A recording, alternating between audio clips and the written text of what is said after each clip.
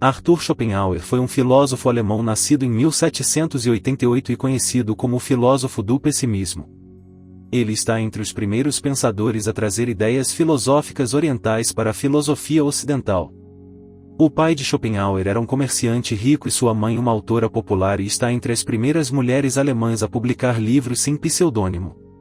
Quando jovem, Schopenhauer estava destinado a seguir os passos de seu pai como comerciante. Seu pai, porém, passou por um período de depressão antes de ser encontrado afogado em um canal em 1805. Suspeita-se que possa ter sido suicídio. Schopenhauer reconheceu ter herdado a melancolia do pai. Ele amava muito seu pai. Mas teve um relacionamento horrível com a mãe, admitindo que os anos mais felizes de sua infância foram aqueles que passou longe dela. Schopenhauer desenvolveu uma desconfiança nas pessoas em geral, uma visão deprimida do mundo, uma incapacidade de manter relações próximas com qualquer pessoa e um sentimento de insegurança pessoal, seja na forma de ataques de ansiedade, fobias ou hipocondria. No entanto, a morte de seu pai libertou-o da vida mundana dos negócios e Schopenhauer se dedicou quase intensamente à pesquisa. Ter aulas particulares e assistir a palestras de medicina, filosofia, matemática, história, física e astronomia, entre outras. Ele tratou cada assunto com a máxima concentração e foi tão longe quanto se poderia razoavelmente esperar que fosse por um aluno de sua idade. Seu progresso foi tão notável que seus tutores começaram a prever um futuro distinto para ele como estudioso clássico. Como poliglota, sabia alemão, inglês, francês, italiano, espanhol, latim e grego antigo. Em 1813, Schopenhauer partiu para um país tranquilo para trabalhar em sua tese de doutorado, intitulada Sobre a raiz quádrupla do princípio da razão suficiente, onde estipula o princípio filosófico de que nada é sem uma razão pela qual é. Ele condiciona como percebemos o mundo da representação, tema central de seus trabalhos posteriores. Schopenhauer, no entanto, tornou-se cada vez mais desiludido com os filósofos acadêmicos, devido à sua ênfase em abstrações e generalizações, em vez de na experiência. Os filósofos acadêmicos, sentia ele, adquiriram os seus problemas filosóficos conceptualmente, enquanto os verdadeiros filósofos os adquirem existencialmente, através de uma reflexão involuntária sobre a sua própria existência e experiência. A obra da vida de Schopenhauer seria distinguida pela experiência vivida. Acima de tudo, há um homem que fala, e um homem inteiro, uma vida inteira, toda uma forma de ver o mundo estão encarnados diante de nós nessas páginas. A escrita de Schopenhauer está longe do alemão estéril e acadêmico da época, sua obra é direta, coloquial, concreta, cheia de metáforas e anedotas. Durante este tempo, Schopenhauer foi apresentado ao hinduísmo e ao budismo, abrindo um novo mundo de pensamento. Ele se apaixonou pela tradução latina dos Upanishads e durante a maior parte de sua vida leu algumas páginas dela todas as noites antes de dormir. Ele escreveu, é a leitura mais gratificante e edificante, com exceção do texto original, possível em todo o mundo, foi o consolo da minha vida e será o da minha morte. Em 1821, Schopenhauer teve um incidente com seu vizinho. Conta-se que a mulher sabia que ele era rico e fingiu cair da escada, acusando Schopenhauer disso. Ela o processou e ganhou. Schopenhauer deverá pagar-lhe a pensão pelos restantes 20 anos da sua vida. Quando ela morreu, Schopenhauer escreveu triunfantemente em seu diário, e a velha morre, o fardo é retirado. Sua obra-prima é O Mundo como Vontade e Representação, publicada no final de 1818, quando ele tinha 30 anos. A segunda edição foi publicada em 1844 e inclui uma versão editada da primeira edição, bem como comentários adicionais sobre suas ideias. Foi revisada um ano antes de sua morte. Muitos dos seus escritos posteriores são um reflexo ou enriquecimento desta obra escrita aos 20 anos e da qual nunca se afastou. A obra de sua vida é unitária de uma forma que a torna melhor compreendida como um todo único e orgânico. Esta obra-prima contém toda a filosofia de Schopenhauer, epistemologia, metafísica, estética e ética. A apresentação e estrutura do livro são claras e separadas em 4 partes. Afirmou que sua obra pretendia transmitir um pensamento único e sugeriu um estudo cuidadoso do livro, a fim de esclarecer a ligação de cada parte com a outra. Schopenhauer estava convencido de que em sua obra-prima havia finalmente resolvido os problemas fundamentais da filosofia. No entanto, seu trabalho quase não foi vendido, não foi revisado e não foi lido. Esta negligência continuou até a sua velhice e foi, portanto, a característica dominante da sua experiência de vida. Isto precisa ser considerado juntamente com a rejeição materna para explicar o seu profundo pessimismo. Hegel foi contemporâneo de Schopenhauer e estava no auge de sua celebridade atraindo grandes multidões na Universidade de Berlim. Para Hegel, o mundo é ativo e se desenvolve através do gesto ou espírito do mundo à medida que o tempo avança. Em cada momento da história do espírito do mundo, existem contradições internas ao Zeitgeist, que devem ser superadas através de um diálogo entre ideias opostas, caminhando para uma perfeição final que é a plena realização do espírito na história. Schopenhauer, porém, acreditava que Hegel era um charlatão. A terminologia pesada e a obscuridade eram uma cortina de fumaça para alguns pensamentos bastante vazios. Ele discordou que poderíamos alcançar o conhecimento do absoluto pela razão e que caminhamos para a perfeição com o passar do tempo. Schopenhauer tentou lecionar na Universidade de Berlim para propagar suas ideias ao mesmo tempo em que Hegel dava palestras. O resultado foi desastroso. Quase ninguém apareceu. Frustrado, ele deixou o cargo de professor universitário logo depois. Em 1851, Schopenhauer publicou Parergue e Paralipomeno em 2 volumes, grego para apêndices e omissões, ensaios complementares à sua obra principal, que considerou o nascimento de seu último filho, completando sua missão no mundo. Ele sentiu como se um fardo que carregava desde os 24 anos, que pesava muito sobre ele, tivesse sido tirado de seus ombros. Os títulos estranhos dos livros de Schopenhauer certamente devem ter desempenhado um papel na sua falta de recepção popular. No entanto, foi seu primeiro livro de sucesso e amplamente lido, em parte devido ao trabalho de seus discípulos que escreveram críticas elogiosas. Embora tenha começado a ganhar popularidade, ele preferiu viver na solidão. Acordava cedo, lia até meio-dia, tocava flauta, almoçava no mesmo lugar de sempre. E passeava longamente com seus podres. Ele os chamava todos de Atman, refletindo a palavra em sânscrito que significa o verdadeiro eu. Ele os amava mais do que qualquer pessoa. Ele terminava o dia lendo algumas linhas do Upanishads antes de dormir. A vida de Schopenhauer pode ser descrita como uma vida sombria, triste, longa e solitária. Em 1860, aos 72 anos, Schopenhauer tomou seu café da manhã e aparentemente estava bem. Pouco depois, ele foi encontrado morto ainda sentado à mesa. O mundo é minha ideia e esta é uma verdade que vale para tudo que vive e conhece, embora somente o homem possa trazê-la para a consciência reflexiva e abstrata. É assim que Schopenhauer inicia seu livro. Ele queria compreender o mundo em que se encontrava e o seu papel como agente no mundo. Ele tentou formar uma interpretação coerente e unificada da experiência humana e procurou identificar a força subjacente da realidade. Ele a chamou de vontade, também chamada de vontade de viver ou vontade de viver, que é a essência da existência. Schopenhauer foi influenciado por Kant, como ele, acreditava que o mundo que nos rodeia, com todos os seus objetos, são apenas representações, qualquer realidade que percebemos foi colocada lá por nossas próprias mentes que formam ideias. Esta era a ideia de idealismo de Kant, como ele a chamava. A única coisa em que pensamos é o que está em nossas mentes.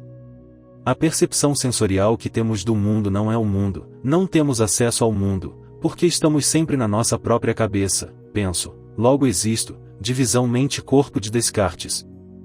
Contudo, para Schopenhauer, deve haver algo mais do que apenas pensamento puro, algo mais do que apenas um cérebro num frasco. Na verdade, existe apenas um aspecto do mundo que não nos é dado meramente como representação, um objeto que corporificamos no espaço e no tempo, e com o qual temos uma relação direta, o nosso corpo.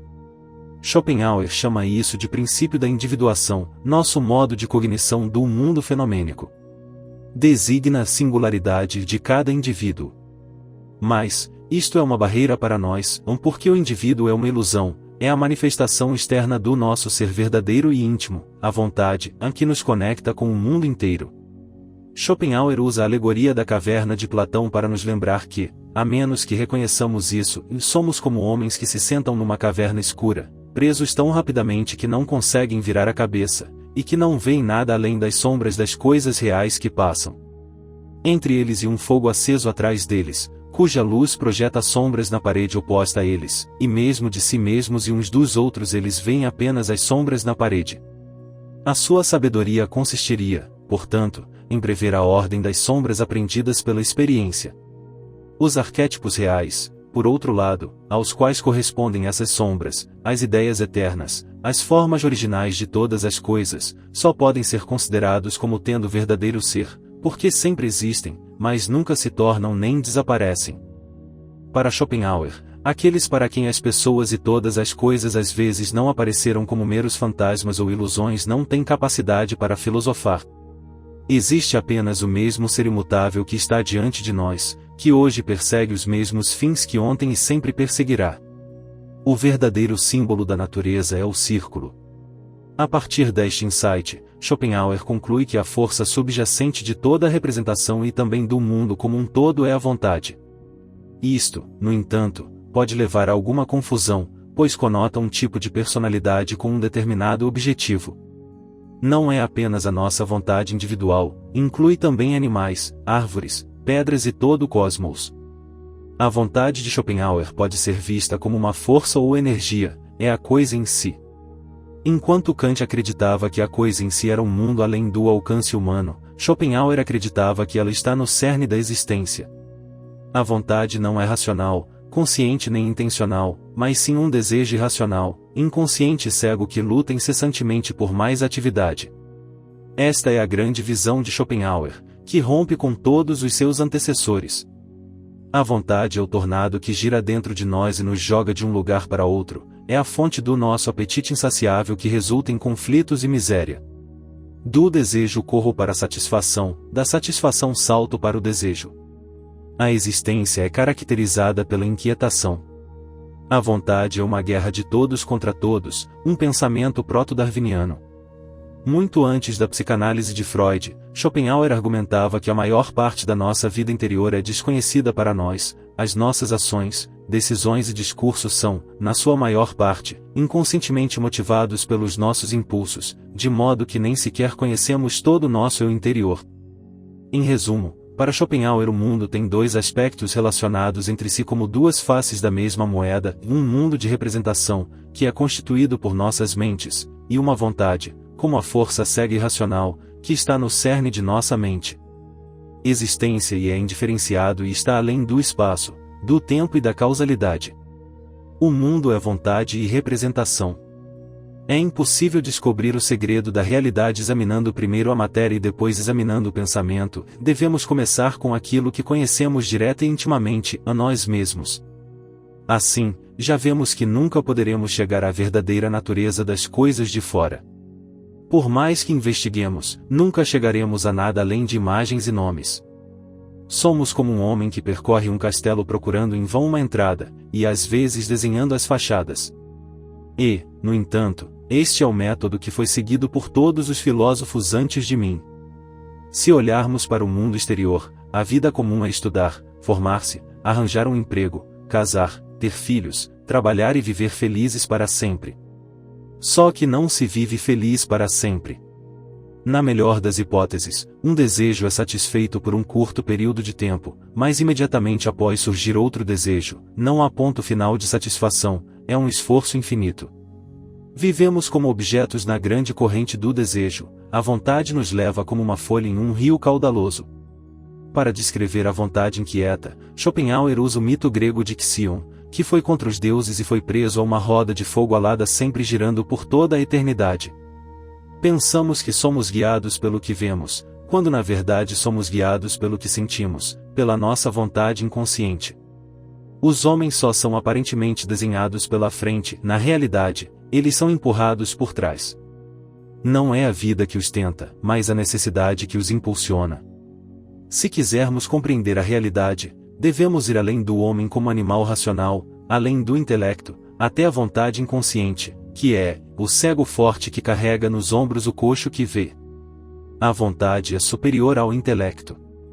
Um elefante que foi conduzido pela Europa e atravessou centenas de pontes recusou-se a avançar sobre uma ponte fraca, embora tivesse visto muitos cavalos e homens atravessando-a. Este é o impulso instintivo. A vontade é uma vontade de viver, e uma vontade de vida máxima. O seu pior inimigo é a morte. Mas talvez possa derrotar a morte? Para Schopenhauer, a forma mais poderosa da vontade de viver é a vontade de reproduzir.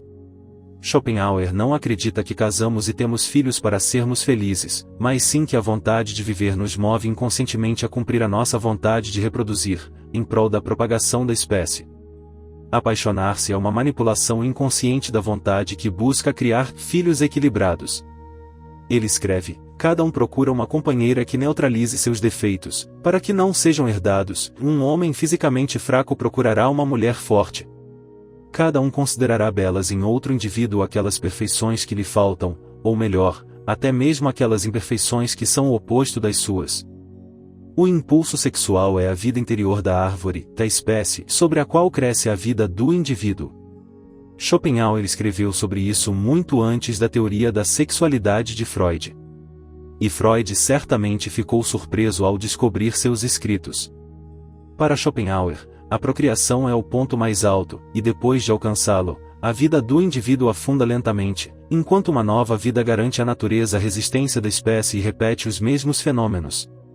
Assim, a alteração da morte e da reprodução é como a pulsação da espécie. A morte é para a espécie o que o sono é para o indivíduo. Esta é a grande doutrina da imortalidade da natureza. Mas se o mundo é vontade, deve ser um mundo de sofrimento. Para cada desejo satisfeito, restam 10 que são negados. O desejo é infinito, a realização é limitada. Cada indivíduo carrega dentro de si uma contradição perturbadora. O desejo realizado desenvolve um novo desejo, e assim por diante, indefinidamente. Para Schopenhauer, a vida é má porque a dor é seu estímulo básico e sua realidade. O prazer é apenas uma cessação negativa da dor. Toda satisfação, ou o que é comumente chamado de felicidade, é, na realidade e na essência, apenas negativa. Não estamos devidamente conscientes das bênçãos e vantagens que realmente possuímos, nem as valorizamos, mas pensamos nelas apenas como uma questão de claro, pois eles nos gratificam apenas negativamente, restringindo o sofrimento. Assim que o sofrimento cessa, somos dominados pelo tédio, ou seja, por mais sofrimento. O tédio nada mais é do que a sensação do vazio da existência. O sofrimento não é o grito do indivíduo. Isso é uma ilusão. O sofrimento é o grito da própria existência. Schopenhauer escreve: e a vida oscila como um pêndulo para frente e para trás entre a dor e o tédio. Depois que o homem transformou todas as dores e tormentos na concepção do inferno, não restou nada para o céu exceto o tédio. A maior parte do nosso sofrimento reside no retrospecto ou na antecipação. A dor em si é breve. Quanto mais sofrimento é causado pela ideia da morte do que pela própria morte. Finalmente, em toda a natureza vemos conflitos, competição, conflito e uma alteração suicida de vitória e derrota. Havia uma planície, até onde a vista alcançava, inteiramente coberta de esqueletos, e eles eram, no entanto, apenas esqueletos de grandes tartarugas, que vêm do mar para desovar e depois são atacadas por cães selvagens, que com a sua força unida as deitam de costas, arrancam a pequena casca do estômago e as devoram vivas. Mas muitas vezes um tigre ataca os cães. Agora toda essa miséria se repete milhares e milhares de vezes, ano após ano. Para isso, então, nascem essas tartarugas. Para Schopenhauer, este caráter fundamental permanece inalterado na raça humana. Descobrimos que o homem é um lobo para o homem. O quadro total da vida é quase doloroso demais para ser contemplado. A vida depende de não sabermos disso muito bem. Pois de onde Dante tirou os materiais de seu inferno, senão do nosso mundo real? E ainda assim ele fez disso um verdadeiro inferno. Mas quando, por outro lado, ele descreveu o céu e suas delícias, ele teve diante de si uma dificuldade intransponível, pois nosso mundo não oferece nenhum material para isso. Todo poema épico e dramático só pode representar uma luta, um esforço, uma luta pela felicidade, a própria felicidade nunca duradoura e completa. Conduz os seus heróis através de 1000 perigos e dificuldades até ao objetivo, e assim que este é alcançado, apressa-se a deixar cair a cortina, pois agora não restaria nada a fazer senão mostrar que o objetivo brilhante no qual o herói esperava encontrar a felicidade apenas o decepcionou e que depois de alcançá-lo ele não estava em melhor situação do que antes. Schopenhauer nos descreve como ouriços que se aglomeram para se aquecer no inverno, desconfortáveis quando muito próximos, quando somos picados por nossos espinhos, e ainda assim infelizes quando mantidos separados enquanto congelamos. A vida de cada indivíduo, se a considerarmos como um todo, é realmente uma tragédia, mas analisado em detalhes tem caráter de comédia. O otimismo é uma amarga zombaria de nossos problemas.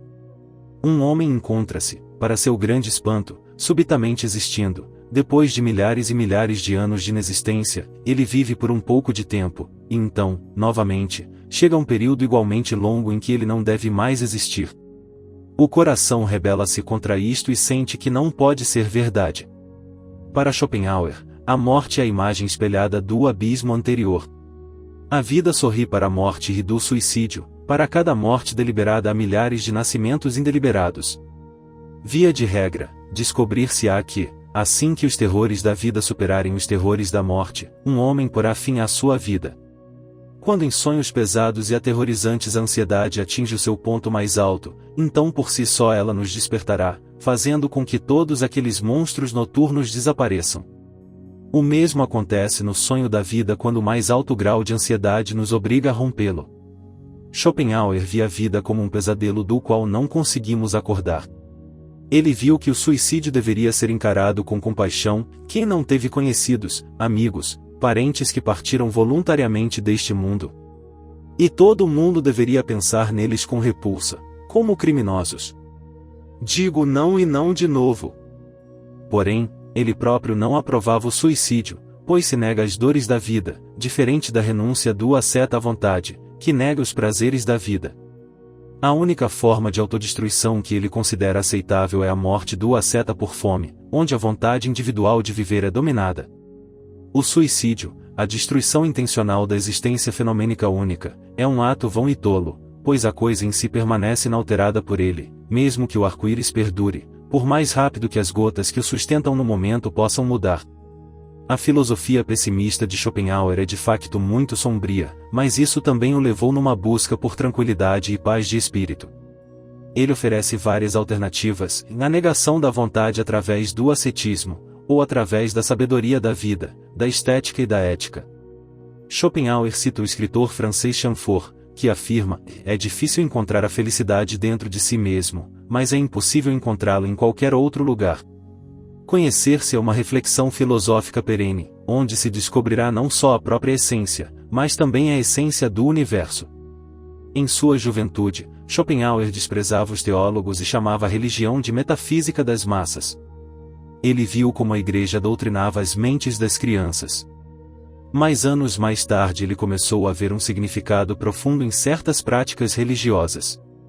Ele acredita que o cristianismo é uma profunda filosofia de pessimismo e a doutrina do pecado original, da afirmação da vontade e da salvação, negação da vontade, é a grande verdade que constitui a essência do cristianismo. No entanto, Schopenhauer acredita que o budismo e o hinduísmo são mais profundos que o cristianismo. Os budistas fazem da destruição da vontade a totalidade da religião. Nossa verdadeira natureza é o nada, a realização de Nya. Os hindus perceberam que o ego era uma ilusão, cegado por Maya. O ego é a marca registrada da auto-ignorância.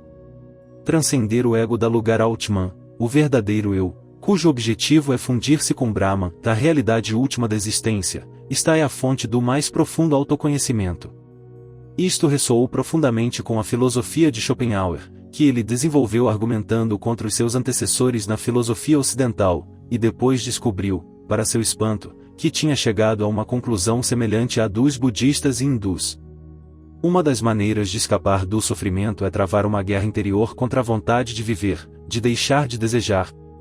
A negação da vontade acaba levando à morte, não à salvação, iluminação ou outras palavras sem sentido, mas simplesmente nada. No entanto, Schopenhauer sabia como era difícil viver uma vida ascética, pois apenas algumas pessoas poderiam suportar tal vida. Embora a posse de bens materiais nunca possa satisfazer plenamente o desejo de alguém, a sabedoria pode. E isso leva à sabedoria da vida, à filosofia. A filosofia deve ser entendida como experiência, deve ser sentida e não pensada. A vida antes dos livros, e quando se lê, deve-se recorrer aos próprios autores, e não aos comentários. Schopenhauer escreve: quando lemos, outra pessoa pensa por nós, nós apenas repetimos o seu processo mental. Então acontece que se alguém passa quase o dia inteiro lendo e ele perde gradualmente a capacidade de pensar, tal é o caso de muitos estudiosos, eles se leram como estúpidos. A experiência do mundo pode ser vista como uma espécie de texto, para o qual a reflexão e o conhecimento constituem o comentário.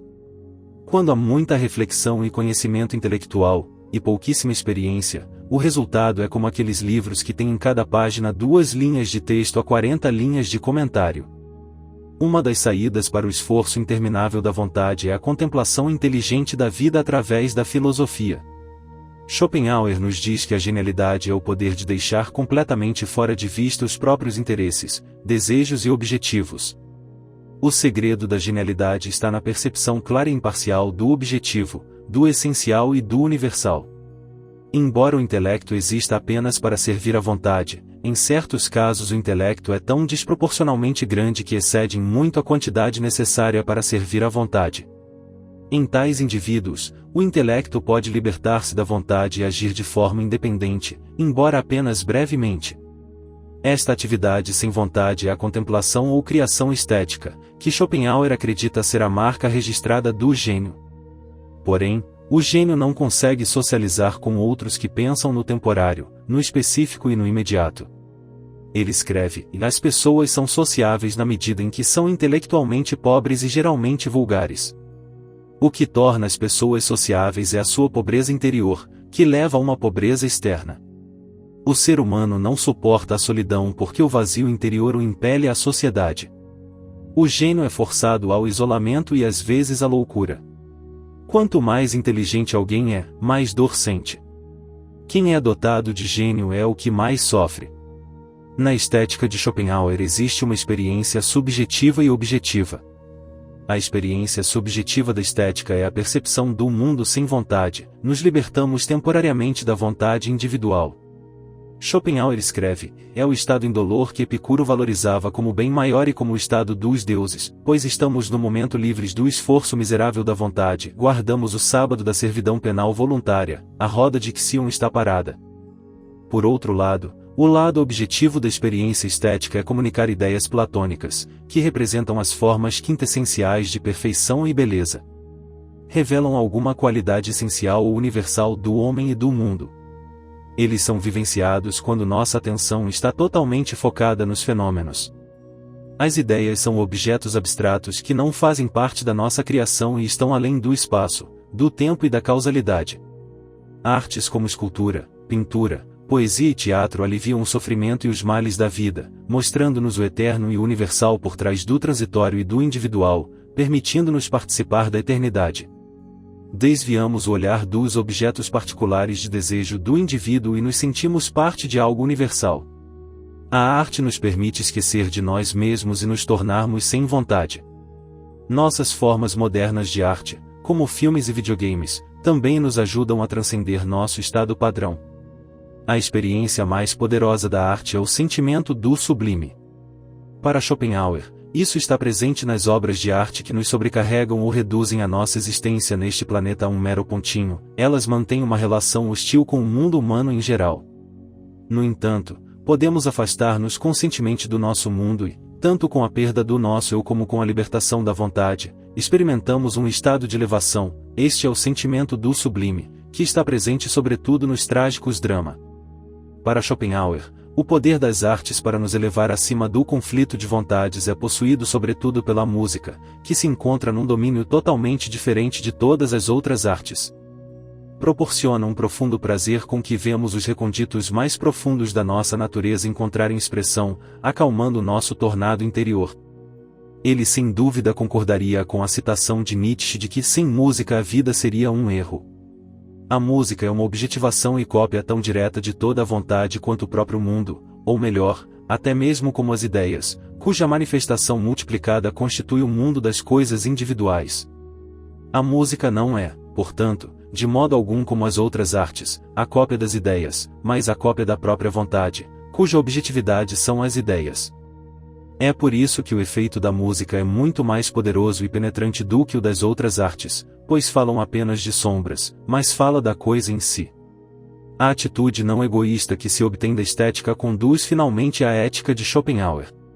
Sua ética deriva da consciência do sofrimento do esforço sem objetivo da vontade de outra pessoa. Nossa unidade final uns com os outros é a base da moralidade, da compaixão e da empatia. Prejudicar os outros é prejudicar a si mesmo, e devemos tratar os outros com a mesma gentileza com que tratamos a nós mesmos, com o objetivo de reduzir o sofrimento no mundo. Neste tipo de amor altruísta, sente-se a vida de outra pessoa de uma forma quase mágica. Nesta experiência íntima do sofrimento alheio, conectamo-nos conosco próprios, com os outros e com a natureza da forma mais profunda possível, conduzindo a uma grande serenidade. Obrigado por dedicar seu valioso tempo para assistir nossos vídeos. Seu apoio e incentivo são a maior motivação para ajudar nosso canal a crescer. Lembre-se de se inscrever no canal para não perder nossos últimos vídeos. Nos vemos novamente nos próximos vídeos.